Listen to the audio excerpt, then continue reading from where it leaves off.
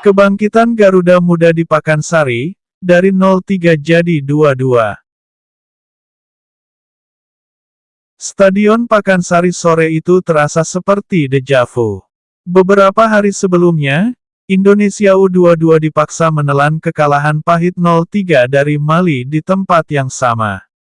Tapi kali ini suasananya berbeda, lebih optimis, lebih berani, dan lebih siap membuktikan bahwa kekalahan itu bukan akhir dari cerita.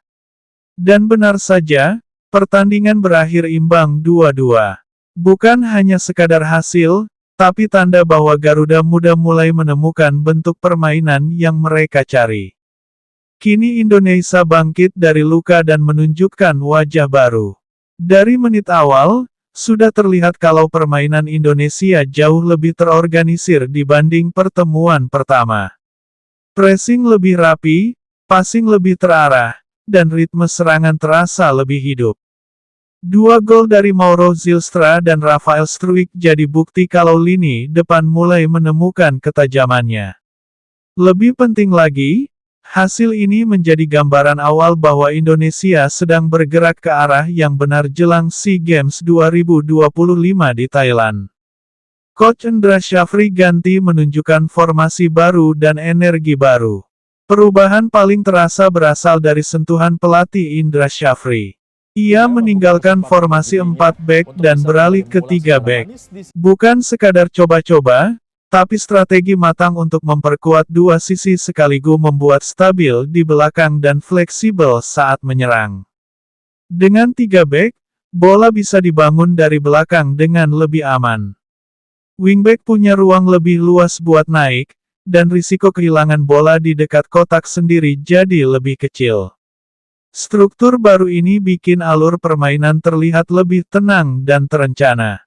Kalau sebelumnya pressing Indonesia sering putus-putus, kali ini terlihat jelas para pemain tahu kapan harus menekan dan kapan menutup ruang. Hoki menekan bek Mali yang lagi goyah menguasai bola. Karena panik, si bek salah arah operan. Hoki langsung memotong bola dan memberi umpan ke Mauro Zylstra. Tanpa banyak drama, Mauro menuntaskan peluang itu jadi gol. Gaya pressing seperti ini memperlihatkan bahwa koordinasi pemain makin membaik, bukan hanya mengandalkan energi, tapi pemahaman taktik. Indonesia tidak lagi bermain terlalu dalam seperti sebelumnya. Dengan garis pertahanan sedikit naik, proses merebut bola jadi lebih cepat, dan Indonesia bisa memanfaatkan kesalahan Mali di area berbahaya. Di lini tengah, duet Ivar Jenner dan Rivaldo Papahan benar-benar menghidupkan ritme permainan. Ivar menjaga tempo dan jadi pusat distribusi. Rivaldo memastikan keseimbangan, menutup ruang saat kehilangan bola, dan mendorong serangan saat transisi. Koneksi keduanya bikin aliran permainan terasa lebih natural dan menyatu. Kalau dilihat dari keseluruhan laga, Indonesia seperti mulai menemukan identitas permainannya. 3 back yang solid, pressing agresif tapi terstruktur dan transisi yang lebih rapi. Indonesia memperlihatkan koneksi antar lini yang makin matang.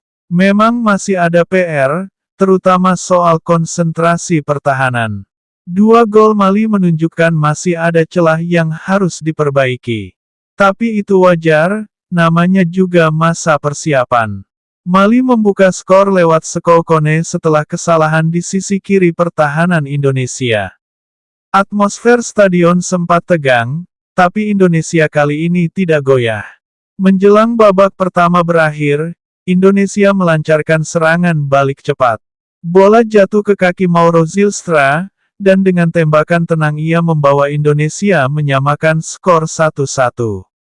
Memasuki babak kedua, Indra Syafri melakukan pergantian berani.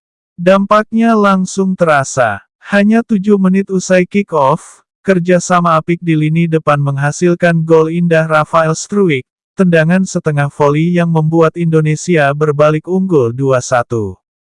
Mali kemudian menggempur habis-habisan. Tendangan jarak jauh, fisik kuat, dan tempo tinggi mereka benar-benar menguji pertahanan Indonesia. Berkali-kali, Dava Fauzi tampil gemilang, termasuk menepis tendangan salto jarak dekat yang hampir jadi gol spektakuler. Namun, Sekokone kembali menyamakan kedudukan di menit ke-70. Skor berubah 2-2.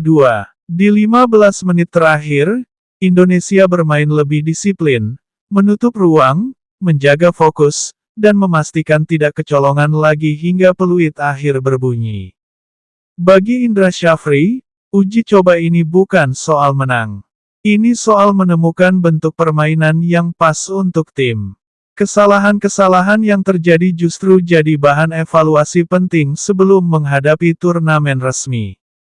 Dan kalau melihat performa hari itu, satu hal jelas Garuda Muda sudah bangkit. Mereka belum sempurna, tapi sedang berada di jalur yang benar.